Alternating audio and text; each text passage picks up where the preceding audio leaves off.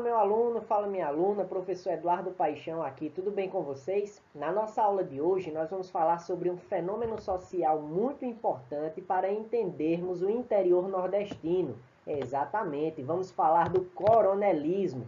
Então veja meu aluno, eu acredito que você já deve ter ouvido falar no coronelismo, mas talvez não lembre suas principais características, não lembre como é que ele age lá no aspecto social, no aspecto econômico. Então, na nossa aula de hoje, o tio vai deixar tudo bem explicado para que você não esqueça nunca mais o que foi o coronelismo, ou até mesmo se ainda existe o coronelismo. E aí?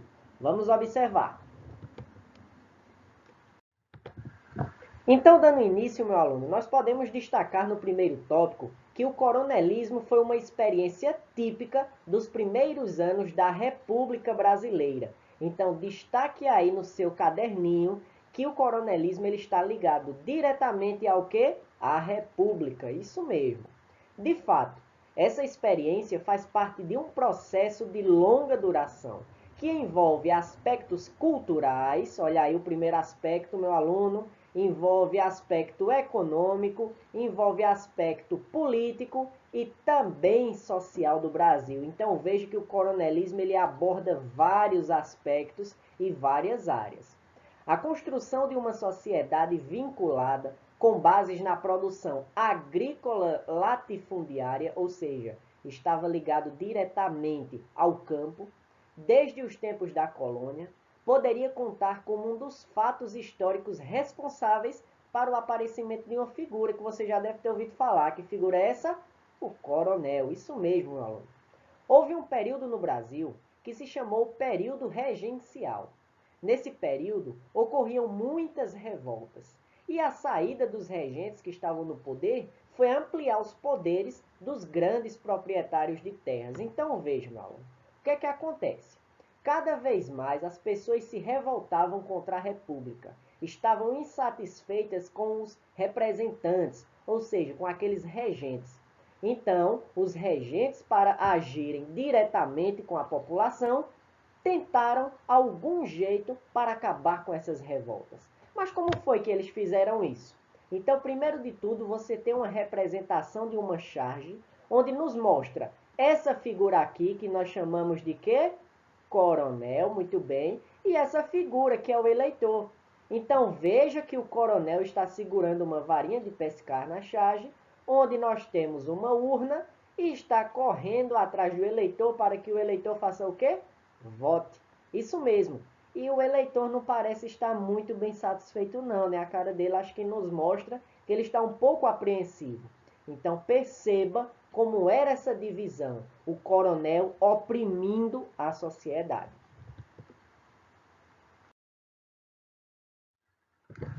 Dando seguimento, meu aluno, a saída que os regentes tiveram para acabar com essas revoltas foi criar a Guarda Nacional. Os grandes proprietários de terra recebiam uma patente. Que patente era essa, professor? Pode ser de coronel, de tenente, de capitão, enfim, as mais inúmeras patentes, a partir também de sua condição financeira. Então, ou seja, aquele grande latifundiário, ele iria lá na Guarda Nacional e, através de sua condição financeira, ele conseguia comprar uma patente. Então, a partir de agora, ele poderia ser um coronel, ou um tenente, ou um capitão, mesmo sem ter servido às Forças Armadas.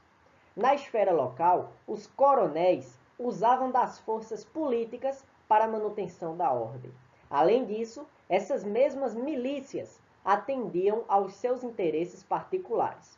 Em uma sociedade em que o espaço rural era o grande palco das decisões políticas, o controle das polícias fazia do coronel uma o quê? Uma autoridade quase que inquestionável.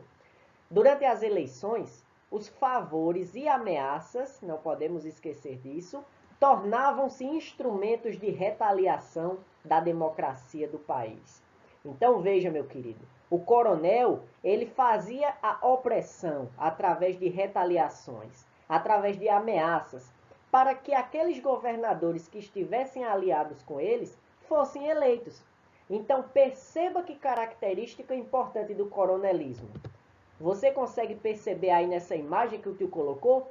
Vários coronéis. E perceba o grau de importância que eles têm. Vocês conseguem perceber, mesmo sem conhecer eles, como eles estão muito bem vestidos, como eles estão fazendo uma alimentação, não estão com caras muito simpáticas.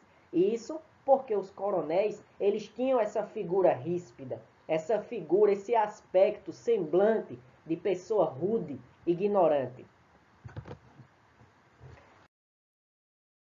Fome se tornava uma forma de controle social. Ô tio, como assim uma forma de controle social? Ou seja, meu aluno, se eu sabia que quando você ficasse com fome, você iria passar muita necessidade, então eu poderia fazer ameaças a você, eu no lugar de coronel.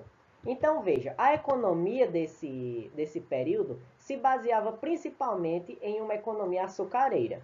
O que quer dizer isso, tio? Quer dizer que a economia era através, em sua maioria, de engenhos de cana-de-açúcar. Ou seja, a economia ela se desenvolvia de uma forma um pouco complicada, principalmente porque os investimentos nesses engenhos eram altos, mas o que os trabalhadores recebiam não era muito alto. Você tem também aqui a cotonicultura. Tio, mas eu não sei o que é a cotonicultura. A cotonicultura, meu aluno, se você conversar com seu avô, sua avó, seu pai ou sua mãe talvez também conheça, mas a economia aqui do Nordeste, ela era muito voltada ao algodão. Isso mesmo. Então, o algodão chegou um momento em que ele bateu de frente com a cana-de-açúcar para ver quem vendia mais, qual era mais interessante. E em certo momento, existe um teórico chamado Nelson Barbalho, que ele escreveu muito sobre a história do Nordeste, e Nelson Barbalho disse que a cotonicultura, que é esse trabalho com o algodão, chegou a avançar mais do que a cana-de-açúcar. Então veja que papel importante. E também tínhamos outros aspectos econômicos que podemos citar. Então, se eu sabia que a fome se tornava uma forma de controle social, eu poderia ameaçar qualquer que fosse os trabalhadores, pois dependiam de uma economia açucareira, de uma economia algodoeira, entre outros ramos. Ou seja, a vida do trabalhador estava complicadíssima.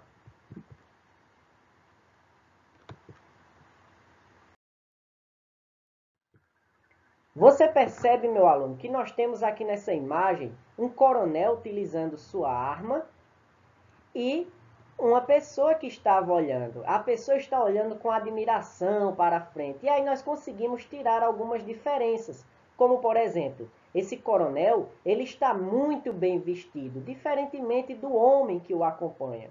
O coronel, perceba que ele está trajando instrumentos de que necessitava ter certo recurso financeiro, como óculos, como até mesmo uma roupa mais bem vestida, como até mesmo seu revólver, mas o senhor que está ao lado dele não detém disso.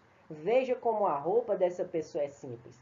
Então você percebe que a figura do coronel, além de ser uma figura temida, mas também era uma figura admirada. Se vocês não sabem, esta foto é de Chico Heráclio, que foi tirada lá em Limoeiro. Ele foi um coronel muito conhecido lá nessa cidade, que fica no interior pernambucano. Observe também, meu aluno, que aqui o tio acabou colocando um textinho que existe num livro chamado Coronelismo, Enxada e Voto, de Vitor Nunes Leal. Está lá na página 43 e diz assim, ó: a massa humana que tira a subsistência das suas terras vive no mais lamentável estado de pobreza, ignorância e até mesmo abandono. Diante dela, o coronel é rico. O roceiro vê sempre no coronel um homem rico, ainda que ele não seja rico em comparação com sua pobreza sem remédio. É, pois, para o próprio coronel que o roceiro apela nos momentos de apertura, comprando fiado em seu armazém para pagar a colheita, ou pedindo dinheiro nas mesmas condições para outras necessidades. Então veja, pessoal, talvez você chegue e diga, mas por que esse povo não se revoltava com os coronéis? Porque muitas vezes os coronéis, eles também mordiam e assopravam. Ou seja, se eles vissem que aquele trabalhador tinha alguma pouquíssima, mas havia condição de pagar, eles poderiam emprestar dinheiro. E isso ocorria para comprar remédio, para comprar alimento. Eu mesmo já vi histórias de certos coronéis que davam alimentos para alguns roceiros, mas isso é claro em troca de seus interesses. Não podemos esquecer disso. Observe, meu aluno, esse jornal do Brasil que tem um título assim, ó: Multidão faminta saqueia posto da Cobal, no Ceará. Então aqui nós temos toda a notícia que, se você quiser, você pode dar uma pausazinha no vídeo e ler, e você vai perceber que isso não foi muito distante. Isso aí foi ocorrido entre a década de 80, e você consegue perceber que a fome estava presente. Então tornou-se, repetindo aquela fala que o tio disse, uma forma de controle social. Quanto mais eu tivesse um povo carente, faminto, passando necessidade, mais fácil de controlar esse povo. Então, meu aluno, essa era a questão e as características sobre esse povo que vivia sob o coronelismo, que vivia na dependência de seu coronel. E talvez nós julguemos até errado, pensando que aquele povo poderia se juntar e revoltar-se contra o coronel. Mas como fazer isso se o coronel ele estava mais à frente em sentido financeiro? Se estava mais à frente no sentido de poder? Se havia alianças com outros políticos? Então perceba que característica importante.